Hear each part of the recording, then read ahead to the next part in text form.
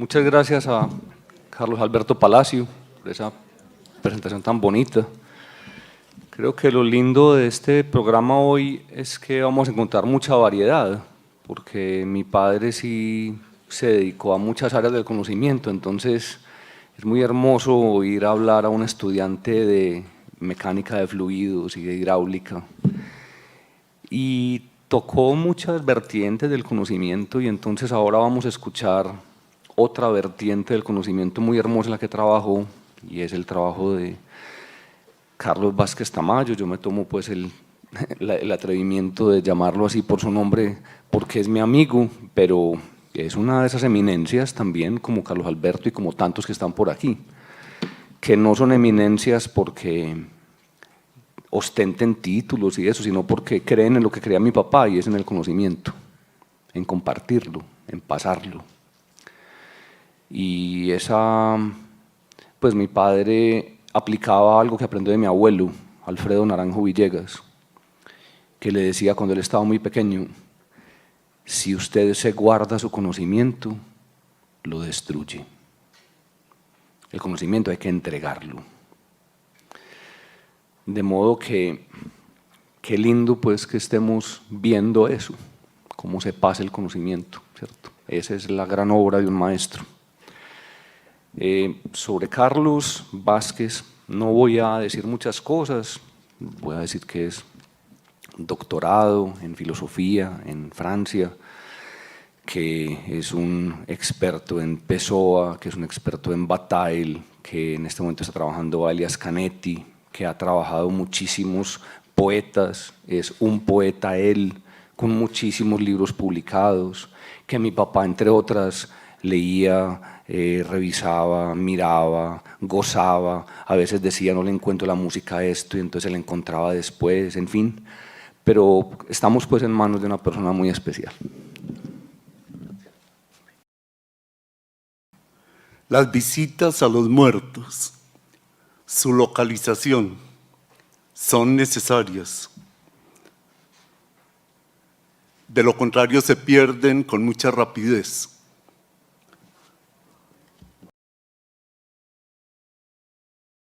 En cuanto se toma contacto con su lugar legítimo, el sitio en el que podrían estar si estuvieran, recuperan su vida con una prisa avasalladora.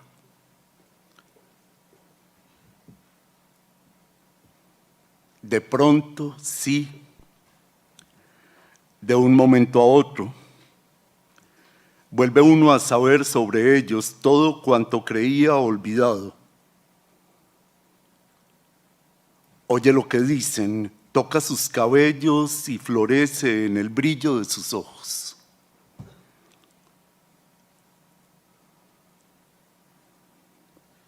Quizá por entonces no estaba uno muy seguro del color de aquellos ojos, y ahora lo reconoce, sin hacerse la menor pregunta sobre él. Es posible que ahora todo sea en ellos más intenso de lo que fue. Es posible que solo en este brusco resurgir vuelvan a ser enteramente ellos mismos. Es posible que cada muerto aguarde su consumación en la resurrección que le ofrezca un superviviente.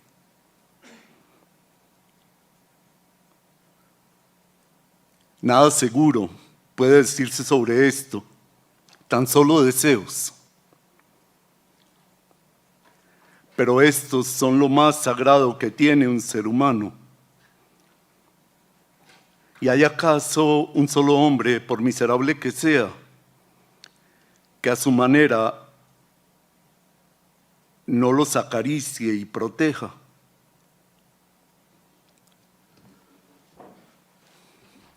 Buenos días, este es un apunte del escritor búlgaro Elias Canetti, fechado en 1980, y está incluido en su libro Recopilación de apuntes titulado por Canetti El corazón secreto del reloj.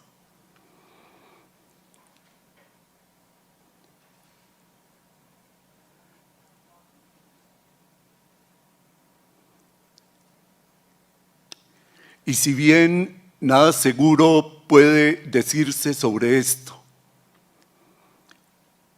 voy a decir las palabras que siguen.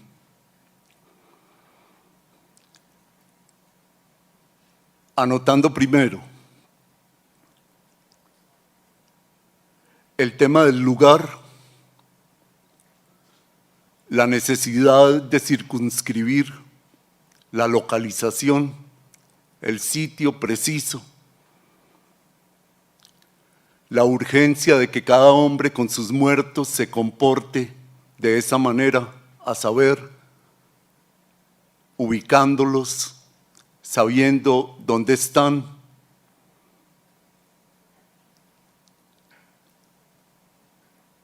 en qué territorio, en qué tierra, en qué porción de agua o de aire, para poderlos visitar. Elías Canetti refiere que cuando pudo regresar en 1945 a Austria, a Viena, de las primeras cosas que hizo, también en París, también en Inglaterra, fue localizar a sus muertos y fue a los cementerios en que supuestamente ellos estaban enterrados y yacían. Después de la convulsión atroz de todos los lugares de Europa que él había vivido en su condición de exiliado en Inglaterra, huyendo del pavor y la atrocidad del nacionalsocialismo, agravado ello por su condición de intelectual judío. Y sabía que la guerra no solamente mata, sino que arranca del lugar a los muertos. También los cementerios fueron bombardeados y desaparecieron,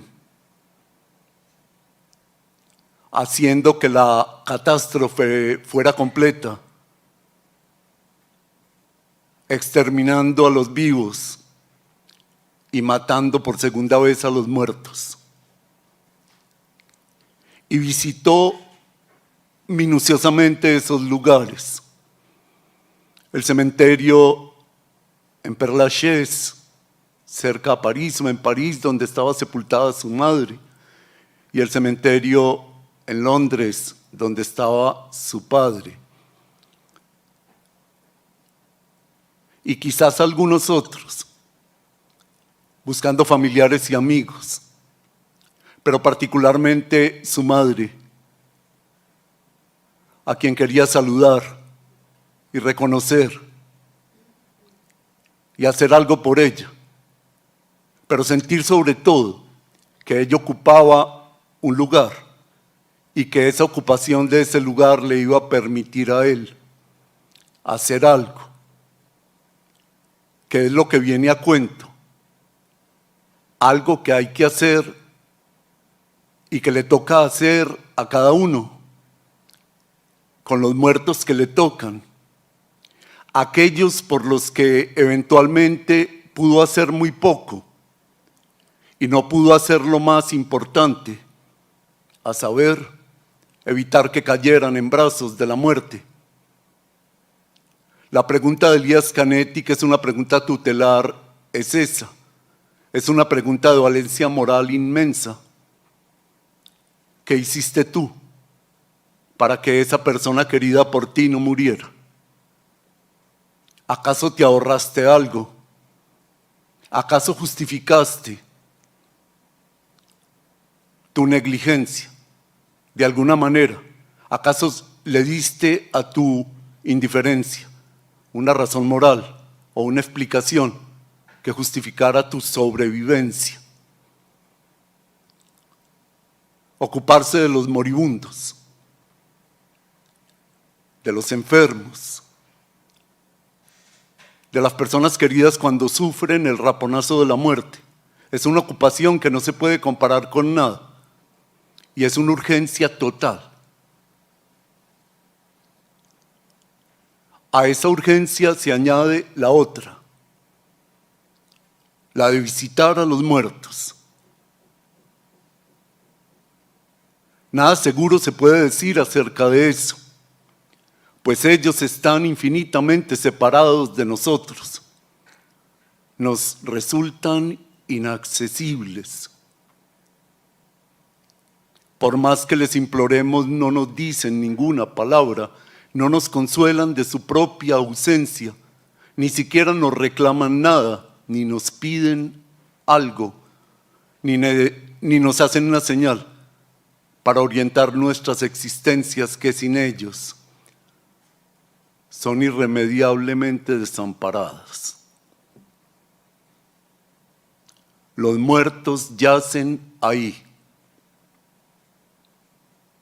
No sabríamos si abusamos de las palabras cuando decimos ahí y cuando decimos que yacen, porque nada podemos con seguridad decir de eso. Esa sustracción, esa ausencia, ese apartamiento, y sin embargo nos resulta completamente esencial para orientarnos, reconocer su lugar. Yo, que ahora, por la inmensidad del corazón de los organizadores de este homenaje, uso la palabra y quien difícilmente sabría hallar el lugar de mis muertos, creo que me perdería y tendría que pedirle auxilio a alguien y que me orientara para poder llegar a la inscripción y leer las fechas y reconocerme en el nombre y pisar sin pisotear esa tierra de mis muertos queridos, irreparables y urgentes, insistentemente presentes en su sustracción de materia. Y Elías Canetti pone esa condición como una condición vital que compromete el aliento, que alimenta la respiración. Para poder respirar hay que acercarse a los que ya no respiran. Dolorosa terribilidad, la ausencia de aliento, el silencio de la respiración, la quietud del pecho, el vacío de los ojos, la frialdad irremediable de los dedos,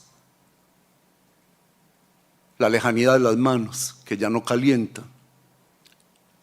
Y sin embargo, no hay nada que dé más sentido para seguir viviendo que ubicarlos y llegar hasta ellos y evitar que la tierra los sepulte y los acalle.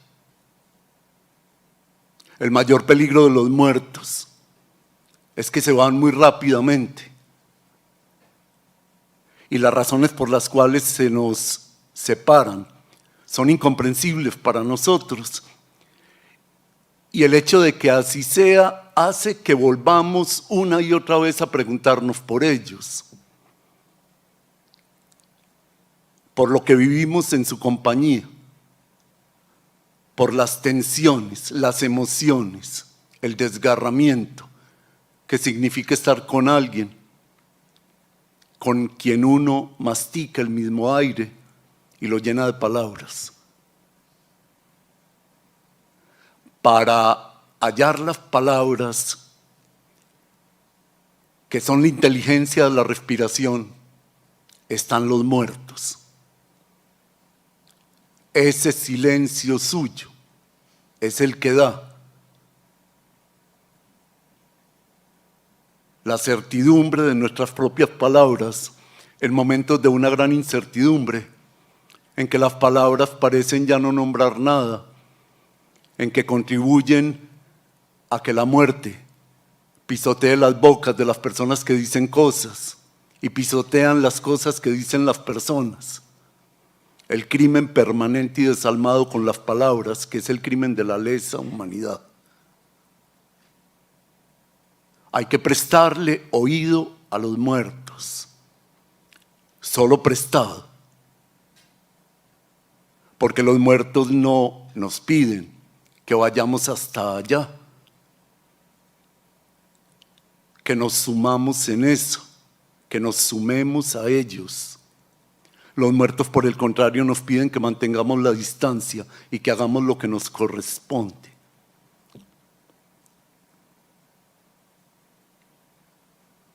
Canetti creía a pie juntillas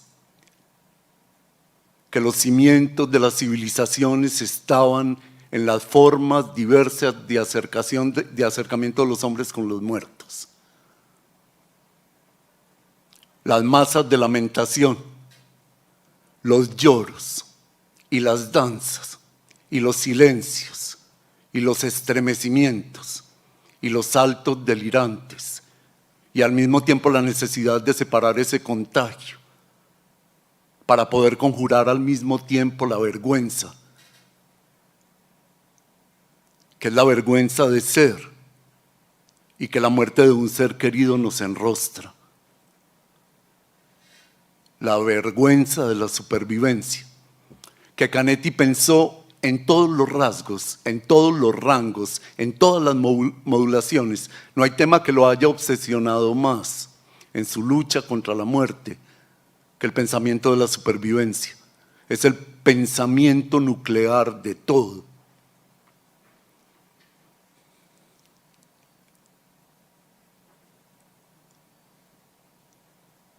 Y yo pienso, no sin arrojo, quizás más por cobardía que por inteligencia, que este lugar que ocupo en este momento y que me da vergüenza estar ocupando, teniendo el rostro de Jorge Alberto Naranjo aquí a la vista de todos nosotros, es una transferencia del lugar. No es el lugar de sus huesos, no es el lugar de sus cenizas, es el lugar de sus ecos, de sus resonancias. Si yo fuera supersticioso, me quedaría callado, prestaría atención, afinaría mi oído con el silencio compartido con ustedes para tratar de oír eso, las resonancias inolvidables de esa voz, el canto de ella, el brillo que solo se puede comparar con el de sus ojos. Esa voz es inolvidable, esa respiración es salvadora.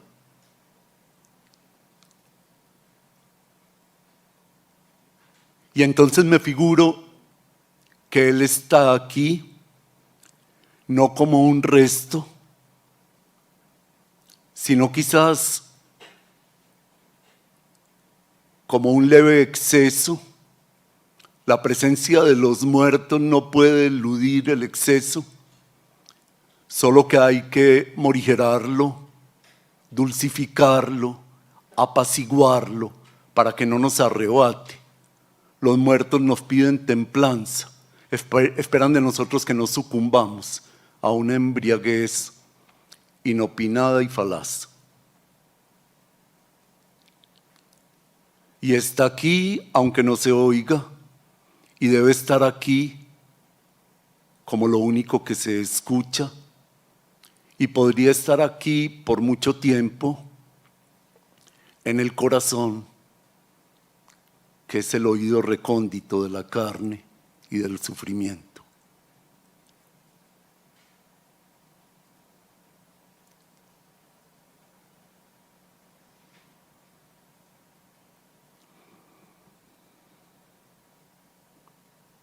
Y me figuro entonces que tomo contacto con el lugar legítimo de esa habla y que algo suyo se levanta discretamente y muestra su despojada presencia, su desnudez inaudita y gozosa. cómo se restituyen ante nosotros los muertos cuando llegamos a visitar su lugar. Su presencia se hace manifiesta de una manera avasalladora, es la palabra que emplea aquí Elías Canetti, como si reclamaran ese lugar, como si hubieran estado esperando el cruce entre nosotros y ellos para decir estoy aquí, donde no puedes darte cuenta, pero en este aquí, en el que te puedes apartar un poco para brindarme la calma de mi propio lugar. Y Canetti agrega que ese encuentro anhelado, pero al mismo tiempo temido, pero al mismo tiempo amargamente descreído, porque nadie cree que eso pueda pasar, sucede de pronto. En ese de pronto que es el tiempo de la resurrección y de los milagros. Y que Jorge Alberto Naranjo Mesa hacía tan patente en un aula que misericordiosamente iba con la sucesión de los segundos, pero al mismo tiempo se resistía a ella, le declaraba dulcemente la guerra a que los instantes se tuvieran que alinear, suceder obedientemente unos a otros, y creía él, con esas ideas suyas, que había siempre, eventualmente, un instante en que esa esclavitud se quebraba, ese tiempo se volvía escandalosamente discontinuo y todo en el aire se ponía a brillar. Instantes de esos solo espíritus muy elevados despiertan. En realidad, instantes de esos tenemos todos en esta vida. Somos seres dotados de la gracia del instante en un tiempo dolorosamente cruel y exiguo que nos arrastra a la tumba. Ese don de eternidad, esa glorificación de la inmortalidad que dura un solo segundo o que no dura nada, en el que el tiempo se invierte sobre sí mismo y todo se vuelve maravilloso escándalo. Jorge Alberto Naranjo era un ser escandaloso porque dejaba precisamente pulular instantes de esos.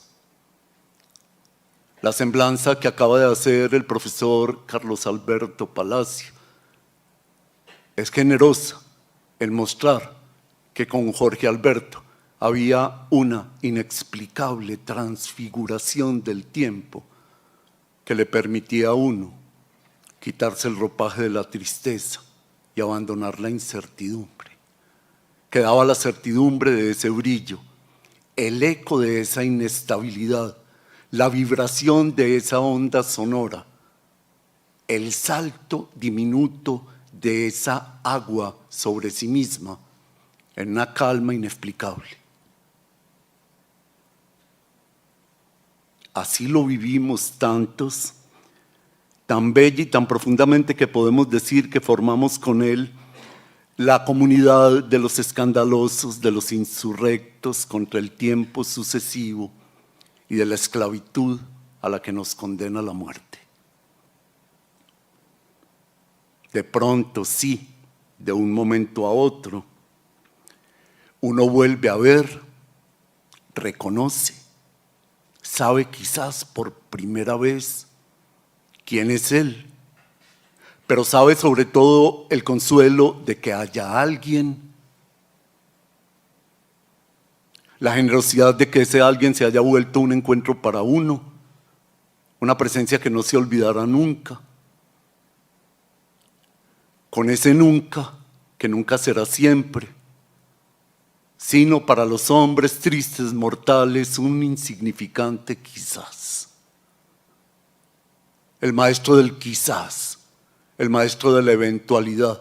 Quizá lucreciano en ese sentido extraordinario. Y es como si uno pudiera extender sus dedos y rozar y palpar y tocar el fuego de esos cabellos y tocar esa mirada sin perturbarla, tocar la mirada de alguien. Es difícil encontrar personas en quienes la mirada y la voz van juntas, cada una en lo suyo, pero juntas. En una mirada que no tiene nada de avieso, mucho de travieso, pero nada de malicioso, ni de sarcástico, ni de impostado. Una mirada que le va abriendo camino a las palabras.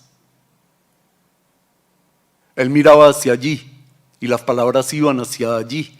Conjunción extraordinaria que solo en el encuentro de los muertos podemos recordar. ¿Cómo miraba él? Y cómo hacía para nuestra mirada que fuera visible lo que estaba diciendo. Que eso tomara cuerpo y que fueran como vibraciones de átomos epicúreos o lucrecianos, ahí ante nosotros, con un escándalo completamente discreto, sin aspavientos, sin hipérbole, sin exageraciones doctas.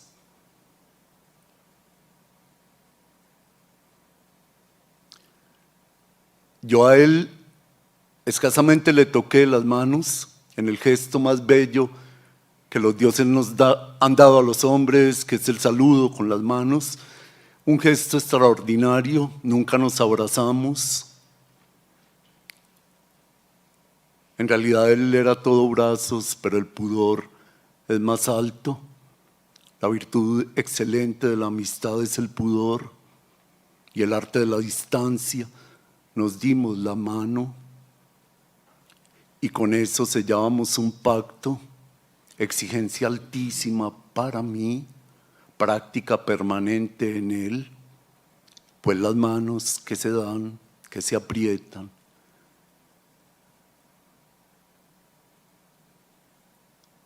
se destinan al no matarás.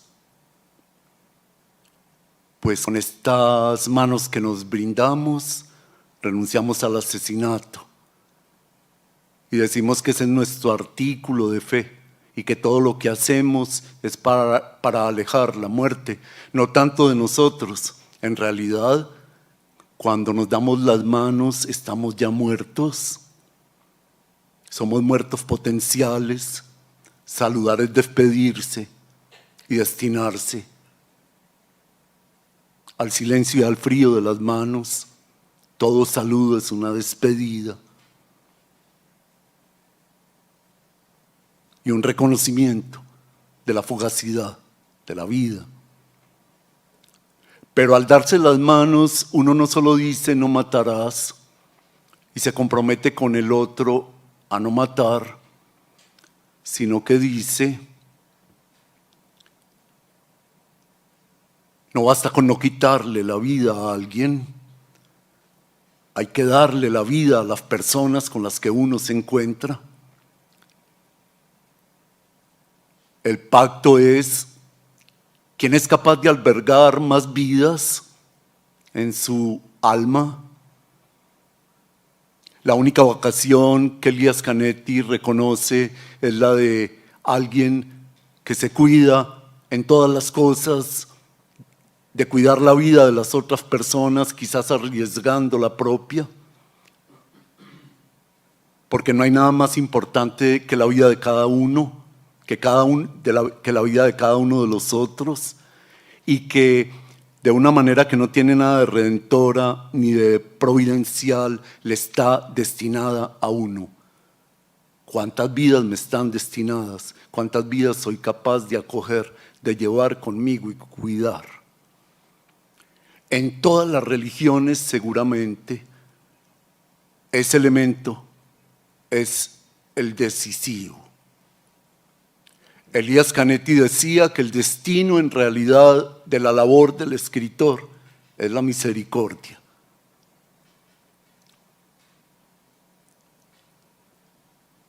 Y él se hizo escritor por la misericordia.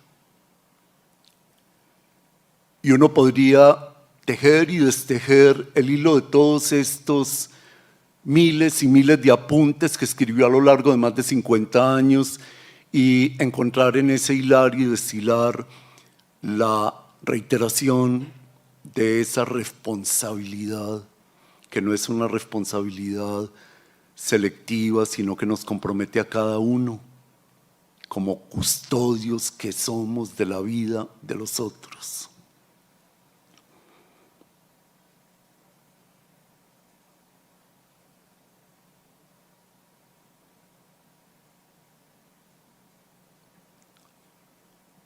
La aparición de un muerto, tal y como la testimonio Elías Canetti, pensador que se dedicó por completo a auscultar el siglo de las matanzas.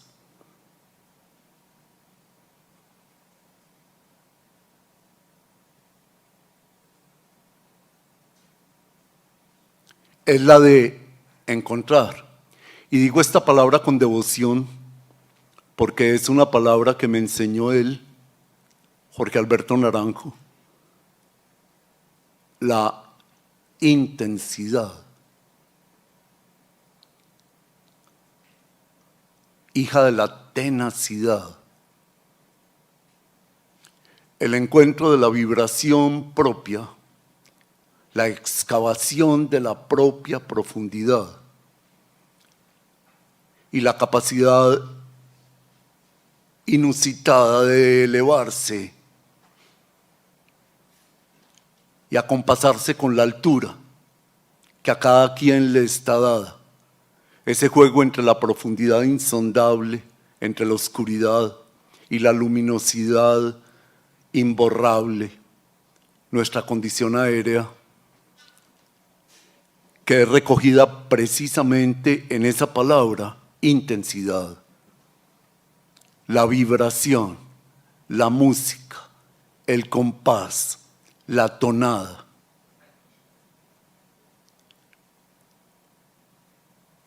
El timbre, por ejemplo, de las voces de los hombres. El aliento singular de cada respiración, pues nadie respira como otra persona. Cada cual lo hace a su modo. Eso debería servirnos para entender la singularidad irreductible de toda vida. La inteligencia de cada respiración. La intensidad de la respiración. Elías Canetti dice que ese asunto de la respiración, ese asunto del aliento, el aire, la singularidad de cada inspiración, se lo había enseñado su amigo Hermann Broch, quien lo pensó sesudamente a lo largo de su obra y que se lo donó a Elías Canetti, esa lección.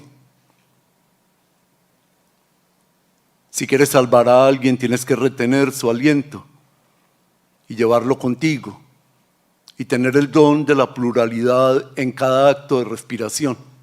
Broch, lúcido como pocos, es lo que Canetti dice, lo dice en un extraordinario ensayo que escribió para conmemorar el 50 cumpleaños del intelectual alemán.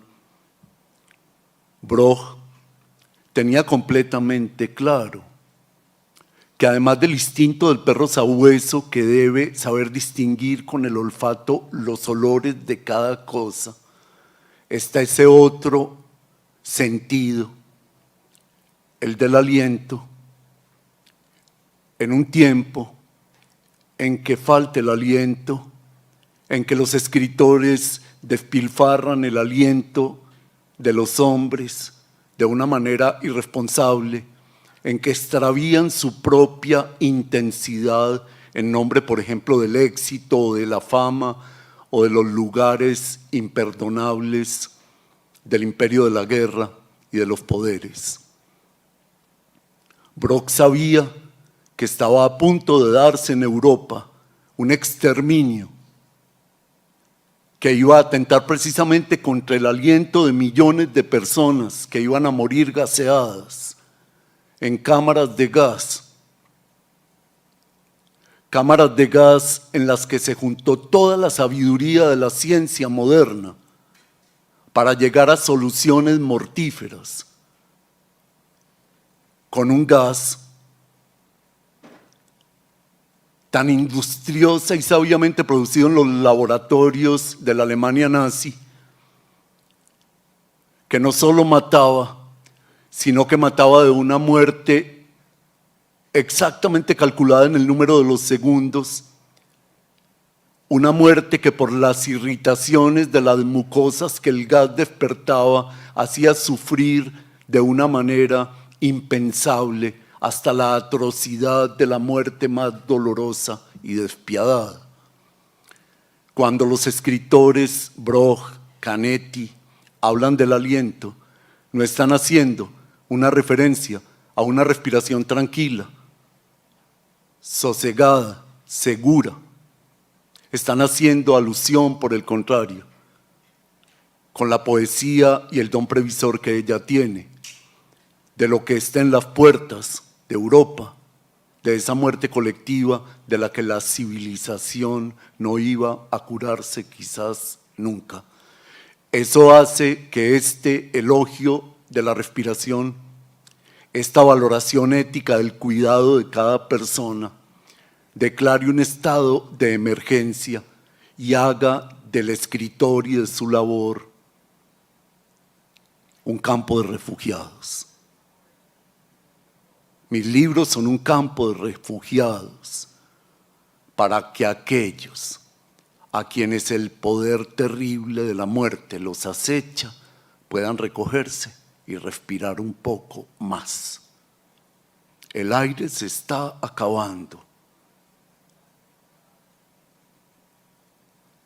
La muerte es contra la respiración, la muerte es una muerte química. Es una cosa muy hermosa porque Elias Canetti se doctoró en química, le dio gusto a su madre, convirtiéndose en un doctor académicamente eminente. Y en realidad, quizás sin él saberlo y queriendo satisfacer el deseo de su madre, lo que se estaba volviendo el escritor.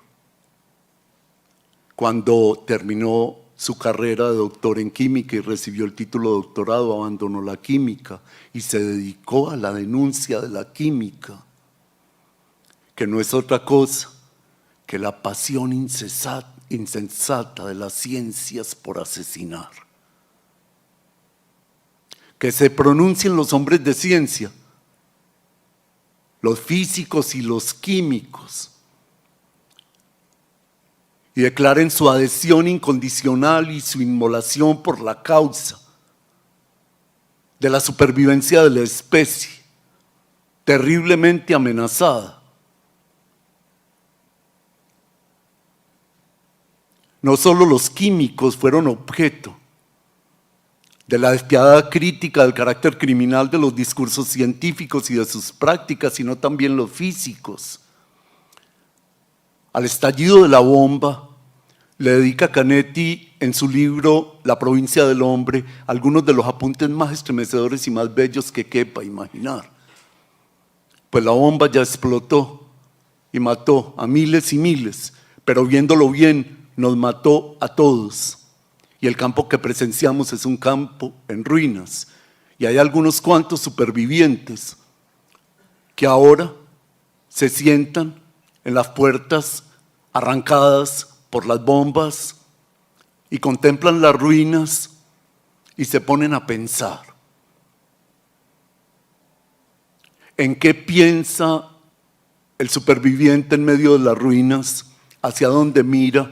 Ahora que no hay ningún horizonte y que la física y la química se encargaron de eclipsar la mirada del hombre y el destino del hombre en la tierra, ¿en qué piensa?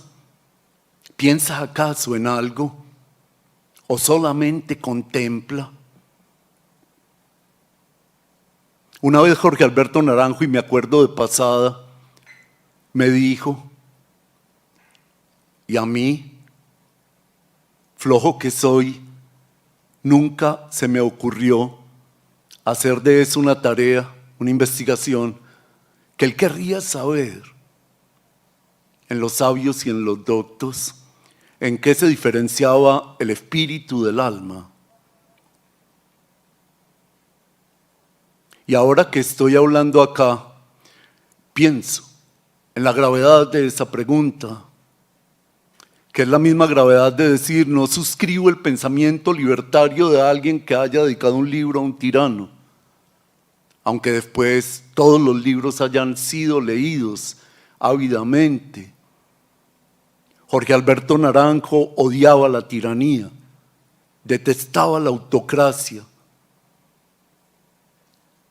abofeteaba con su palabra lúcida todas las formas de poder, el poder académico, el poder civil, el poder militar, el poder en las relaciones afectivas, el hecho de que el amor se invista de poder y haya servidumbre en el amor y que los poetas le canten. Jorge Alberto Naranjo era escrupuloso en el odio hacia el poder. Que alguien diga si no, le dedicó a ese odio sus mejores momentos y sus más estremecedoras palabras. No dejaba pasar media. Jorge Alberto Naranjo denunció, desenmascaró, inmovilizó, aunque esa inmovilidad durara lo que duraba su conferencia, la mentira del poder. Canetti dice, el poder es la maldad, el poder es malo, eso no tiene atenuantes. Y todo en el hombre que está hecho de poder, porque no hay nada fuera del poder. De hecho, el hombre es la criatura que lleva el poder a los confines de la naturaleza y envenena la naturaleza de relaciones de poder. Todo el poder tendría que ser denunciado, aunque no tengamos afuera, para estar más allá de él, porque más allá del poder están los muertos, y sobre los muertos las culturas también ejercen su saqueo. ¿Cómo vamos a hacer para acercar a los muertos? ¿De qué ademanes nos vamos a valer? Hoy más que nunca necesitamos a nuestros muertos. Una fórmula que nunca le falló a Elías Canetti en relación con los muertos fue la fórmula del nombre. También Jorge Alberto Naranjo tenía esa propiedad de modular los nombres de las personas con las que estaba. Era un resucitador por el nombre de las personas, que es lo que dijo Carlos Alberto Palacio, ese influjo, ese terremoto, esa agitación, esa cosa telúrica, era un llamado a la resurrección. No sé decirte, Jorge Alberto, si la resurrección del alma con el cuerpo o si lo único que resucita es el espíritu. Me faltó estudio. Tú me planteaste el problema y yo me ocupé de otras cosas.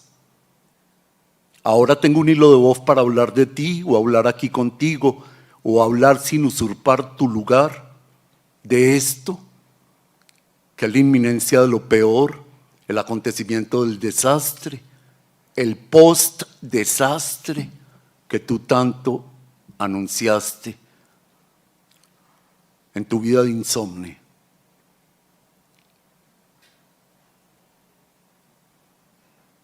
Pero Elías Canetti da un paso más. No hay pensamiento de la muerte y lucha contra la muerte que no esté acompañada con un sigilo cargado de agudeza acerca de la condición ambigua de los supervivientes. La supervivencia es una objeción moral. Supervivir a los asesinados es una vergüenza. De esa vergüenza, de eso no hablé con Jorge Alberto Naranjo nunca, porque los tiempos son tan inextricables y la vida es tan breve que a uno le llegan cosas que uno hubiera querido hablar con su maestro. Jorge Alberto Naranjo fue mi maestro, junto con otro profesor, digo profesor con todas las ganas. Jorge Alberto Naranjo amaba ese calificativo. Con otro profesor fueron los dos únicos maestros que yo tuve. Eso no es poco, eso es pletórico. Me hubiera gustado tanto hablar con él de eso, de la vergüenza, de la supervivencia, a ese ser que tan fácilmente se ruborizaba y que se reía como un niño travieso cuando era cogido en falta, con esa falta que también tematiza desde otra orilla tan bellamente el filósofo Martin Heidegger cuando dice la vergüenza de ser. La conciencia de ser es la vergüenza de ser. Pensamiento que es matizado radicalmente por Elías Canetti cuando dice que esa vergüenza es la del superviviente. ¿Por qué yo? ¿Acaso los que murieron eran los mejores, los íntegros, los que no cayeron en la zona gris de la moral, del resentimiento, que aprovecha la mejor ocasión para el beneficio propio? Con Jorge Alberto Naranjo no pude hablar de los testimonios escritos por los hombres que salieron con vida a los campos de concentración nazi. ¿Qué me diría él? Que es una pregunta que yo me hago con relativa frecuencia, pensando en Jorge Alberto Naranjo, ahora que está muerto. ¿Qué me hubiera dicho él?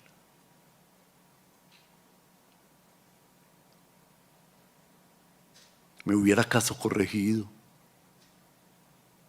¿Me hubiera dicho que ese camino por el que andaba era un desfiladero? ¿Hubiera tenido compasión de mí?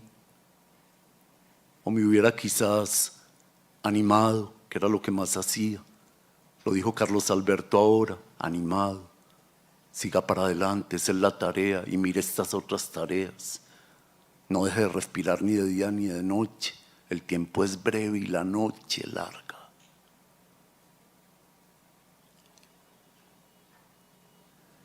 La vergüenza del superviviente la vive uno ante la irreemplazabilidad de los muertos, ante el hecho de que esa pena no se cura de ninguna manera, a no ser por instantes en que los muertos regresan. El regreso de los muertos lo garantiza el hombre de bien, el hombre bueno. A Elías Canetti ese tema de la bondad lo obsesionó. Por fortuna él conoció a un hombre bueno.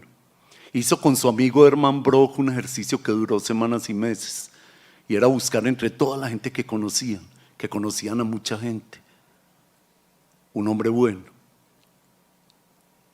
Y se encontraban a ver si alguno de los dos había hallado un hombre bueno, y nada que lo hallaban. Ellos estaban descartados de ser ellos, por eso tenían, digamos, como la posibilidad de encontrarlo. Y ya cuando estaban a punto de desistir, Broch le dijo: lo conozco, existe, respira, está aquí, solo que no se deja ver, no habla nunca en público, es la discreción de su sombra.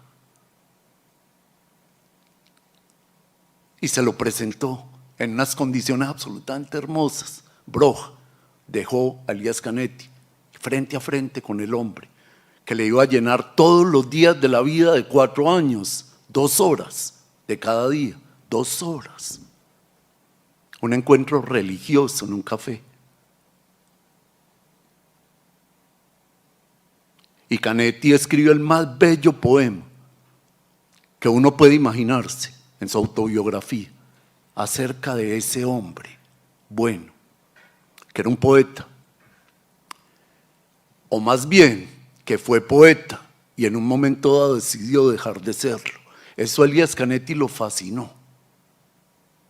Que alguien, con todas las ventajas que tiene ser poeta en una sociedad que no tiene Dios, que es una ventaja inmensa, los poetas usufructúan unas ventajas tremendas y las saben administrar y todo, encontrar a alguien que de joven era un prometedorcísimo poeta.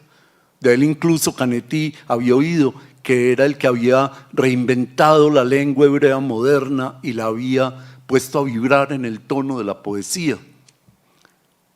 Pero a Canetti no lo fascinaba eso. Lo fascinó la decisión de ese hombre de dejar de ser poeta. Una decisión completamente consciente, con la que renunció a todo privilegio, a toda oportunidad, a todo brillo, a todo lustre, a toda posibilidad de éxito. El éxito es el veneno químico de las almas de los poetas. Es una artimaña del poder. Y la escritura es definida por Elías Canetti como un ademán. La palabra es bellísima, un gesto de la mano. Porque contra el poder no tenemos sino ademanes, gestos de la mano para apartar el veneno de ese aire, la droga adictiva que el poder lleva consigo. La adicción del poder es tan horrible, y eso lo estudió Elías Canetti minuciosamente en su libro Masa y Poder. La adicción del poder es tan terrible que el poderoso lo único que quiere es ser el único, y que el único que superviva sea él. Y los poderosos tienen en mente exterminar a todos y quedar solo él. Eso se vuelve un delirio, se vuelve una paranoia. Canetti estudió Schreber y estudió, por supuesto, el reflejo de la paranoia de Schreber en Hitler y en los poderosos de su tiempo, Stalin y otros. No quieren ser sino el único, y para eso necesitan matar al resto. Canetti fue lector tremendo de Shakespeare y sabía que había que empezar por asesinar al hermano y al primo y a la madre y al padre, y que eso lo habían estudiado los poetas trágicos griegos, de los que Shakespeare es un reflejo tan extraordinario. Hay que matar a los que están cerca, exterminarlos a todos, porque la única posibilidad de la supervivencia, que está alimentada por el miedo a la muerte, es quedar como el único. La supervivencia es inmoral. La satisfacción de la supervivencia es un peligro para los otros. Es idea de el sufrimiento sincero ante la muerte de un amigo, pero la satisfacción recóndita que dice, siquiera no fui yo, le tocaba a él, era su turno, porque la muerte le llega a cada cual, como dice tan problemáticamente el poeta cuando le canta esa idea de la muerte propia, es que cada cual tiene que construir su muerte, hacer su muerte, habitar su muerte, refinarla, construirla como si fuera la casa. Canetti nunca le perdonó ese pensamiento a Rilke.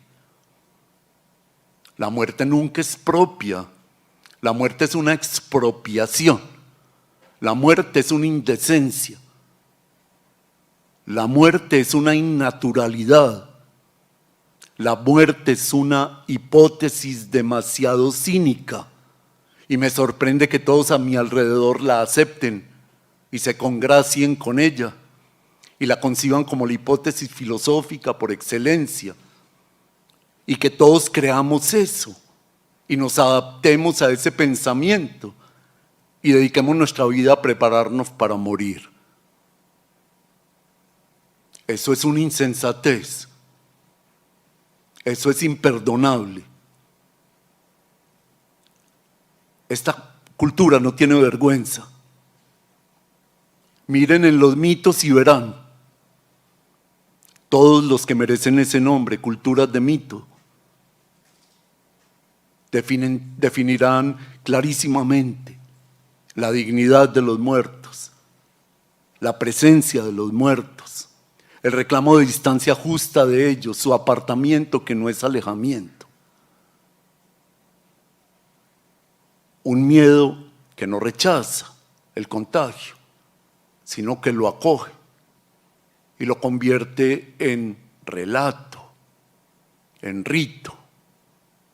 Pero resulta que esta cultura, que ni ese nombre merece, envilece completamente y cercena y bloquea la relación del hombre con los muertos y sobre todo la responsabilidad de cada hombre con sus muertos, que vendría siendo la responsabilidad por excelencia, la única responsabilidad. En un mundo en que la relación entre los vivos está plagada de vicios morales, y en que no queda casi ninguna esperanza acerca de encontrar personas buenas,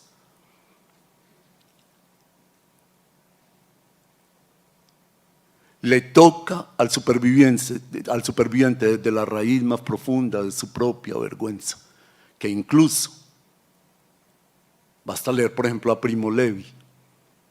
Yo siempre he querido encontrarme en Canetti alguna mención a Primo Levi. Él sí menciona testimonios de sobrevivientes de los campos de concentración, por ejemplo el testimonio de Wiesenthal, estremecedor testimonio. Pero Primo Levi dice, esa vergüenza se vuelve un sentimiento de culpa. Eso a los filósofos posmodernos les choca mucho y dicen que Primo Levi falla ahí.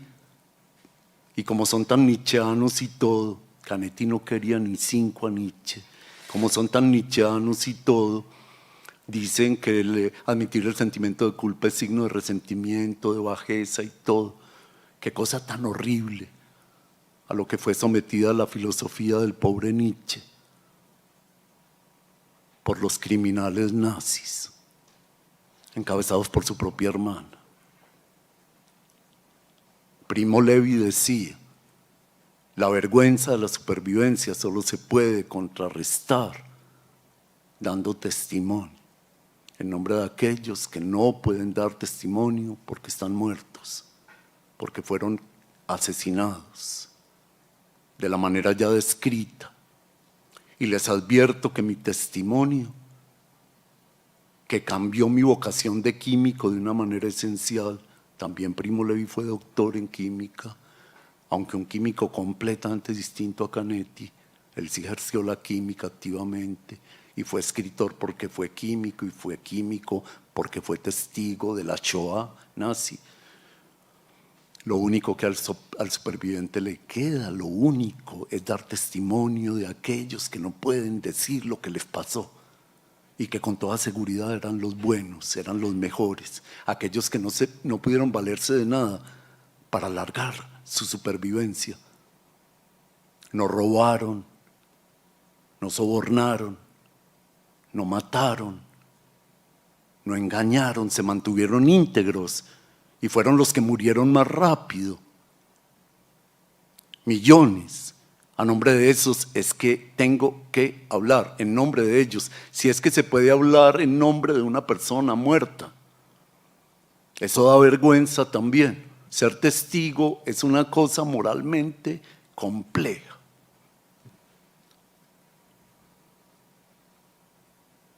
La supervivencia como un ademán contra la supervivencia. La supervivencia como una puesta en interrogación de la supervivencia misma. Elias Canetti lo sintetiza aquí con una fórmula extraordinaria cuando dice: al superviviente le toca resucitar a los muertos por mano artera, por mano criminal. ¿Quién es capaz de resucitar a un muerto? Los médicos está absolutamente comprobado que no. Ellos tienen un privilegio y una responsabilidad gigantesca. Yo no pude hablar en los últimos tiempos con Jorge Alberto Naranjo.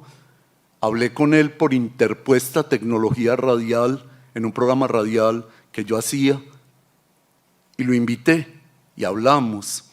Y creo que es de los poquísimos invitados a ese programa que yo hacía, con el que hice 2 programas. Ya la voz de Jorge Alberto Naranjo estaba en hilo. Él hilaba su voz y el hilo era cada vez más delgado.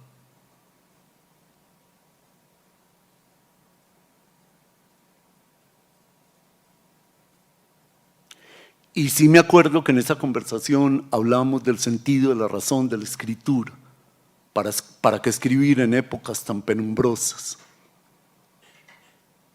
Y con toda seguridad él respondió lo que había que decir. Pues Jorge Alberto Naranjo se fue inclinando desde niño sobre la mesa, fue arqueando su columna, fue doblando su esbeltez, fue enrollando su inteligencia. Y verlo caminar era un completo deleite porque cargaba con ese peso, con esa criba de las horas de estudiante, de todas las horas de su vida.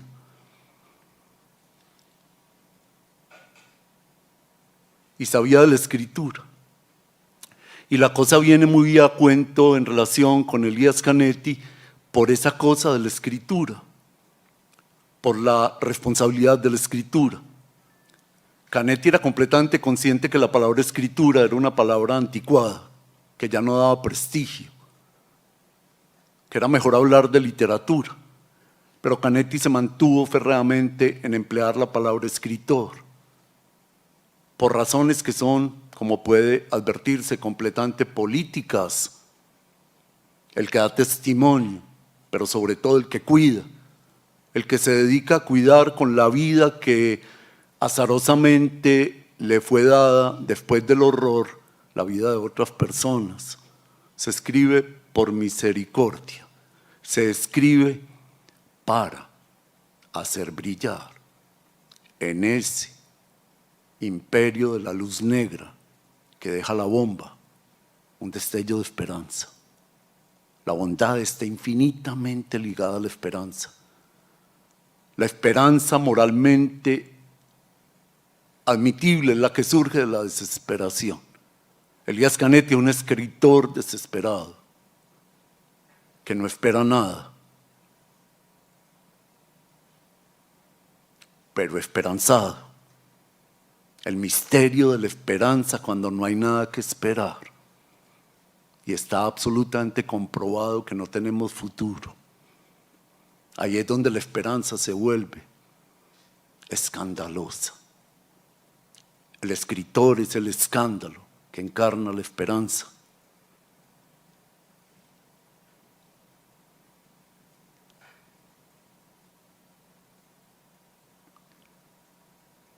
Yo no puedo decir nada seguro sobre esto. La relación con los muertos es un enigma. Cuando uno no puede gozar del consuelo y la protección del credo religioso, entiende que la relación con los muertos es un campo completamente minado, en el que no hay nada seguro, todos son dudas, inquietud, y hay que ser completamente precavido. Elías Canetti incluso renunció a escribir una obra por esa preocupación. Cabe preguntarse si para Jorge Alberto Naranjo podría emplearse el término obra. La publicación de la obra de Jorge Alberto Naranjo, loable propósito que la ciudad y la editorial EAFIT están respirando con entera justicia y para alegría y consuelo de todos, pero obra.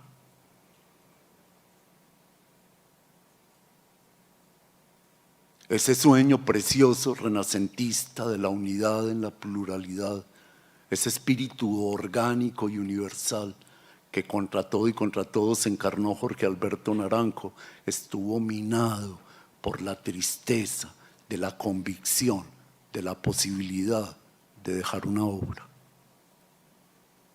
Pues todo lo que escribimos son restos, desechos, en un campo que, como el de Ezequiel en el Antiguo Testamento, está poblado de huesos.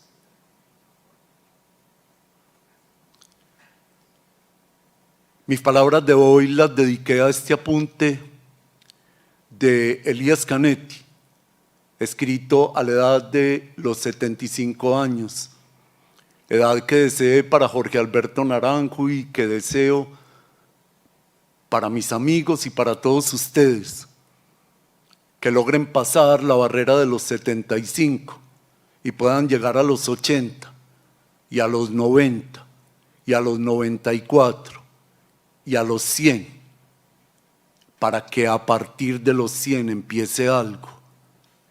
El hombre, si no accede hasta donde sabemos a la inmortalidad, que acceda a la longevidad. Eso es lo digno. Una supervivencia desprovista de todo, tan despojada y tan desnuda como la vejez.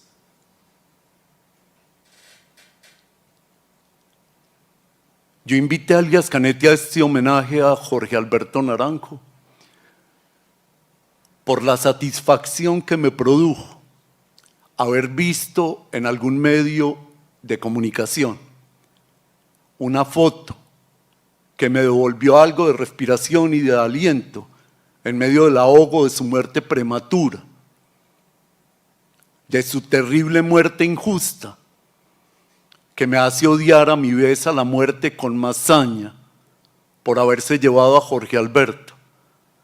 Y fue que pude ver y me quedé atónito que ese muchacho, señor,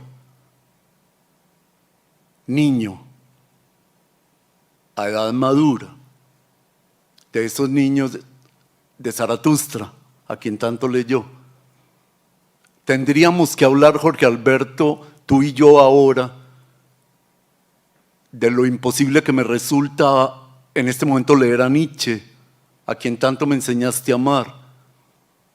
Por ejemplo, el niño, ese niño, que ya después de haber leído a Canetti no puedo dejar de ver como una pequeña y terrible bestia rubia. Pero dejémonos de eso, de Nietzsche. Hablaremos cuando yo reconozca el lugar en que estás, cuando yo tome la distancia justa para llegar al sitio de muerto que ahora desocupas, que ahora interrogas con el silencio y la soledad de tus huesos. Vi a mi querido Jorge Alberto Naranjo en esa foto, con el libro Masa y Poder en sus manos. Muchas gracias.